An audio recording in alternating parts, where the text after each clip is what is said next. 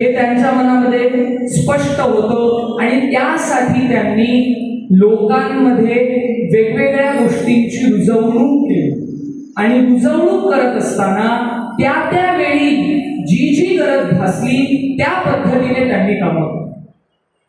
आज आपल्या सगळ्यांना ह्याची गरज आहे. आज 10वी 12वीची इथे मुलं आहेत. पुढे गेल्यानंतर कॉलेजमध्ये त्यांना असे नायक भेटणार. भरपूर विद्यार्थी नेता, कॉलेजमध्ये असताना अजून कुठल्या तरी क्लबमध्ये तुम्ही मेंबरशिप घेणार, तिथे कुठला तरी नेता, तिथे कुठला तरी नायक, अशा पद्धतीचे भरपूर नायक तुम्हाला मिळणार. तेव्हा त्या नायकांमध्ये तुम्हाला धीरोदात्त गुणाचं दर्शन झालं पाहिजे.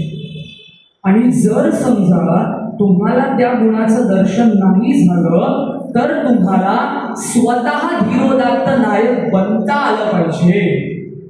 बाळ गंगाधर टिळकांनी हे दाखवून दिलं, जर मला अशा पद्धतीचे नायक मिळणार नसतील तर मला स्वतःहून धीरोदात्त नायक बनलं पाहिजे, जेणेकरून माझा विचार मी लोकांपर्यंत पोहोचेल.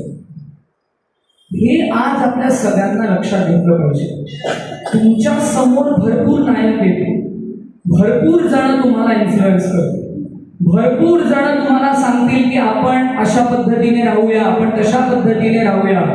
पण आज मी जी उदाहरणं दिली आणि टिळकांचा आदर्श घेऊन तुम्ही लक्षात ठेवा की या नायकत्वाचे गुण त्याच्यामध्ये आहेत का? या पद्धतीने तो वागतो आहे का? माझ्या हिंदू धर्माविषयी त्याला कणव आहे का? माझ्या हिंदू धर्माविषयी त्याला स्वाभिमान आहे का? जर असेल तर तोच नायक तुमचा, आणि जर नसेल तर तुम्हाला नायक बनण्याची गरज आहे.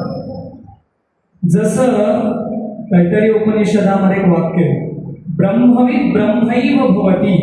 अर्थ एवढाच आहे की परब्रह्माचं ज्ञान जो करत असतो, परब्रह्माच्या बद्दल जो विचार करत असतो, तो शेवटी जाऊन काय बनतो? ब्रह्मच बनतो.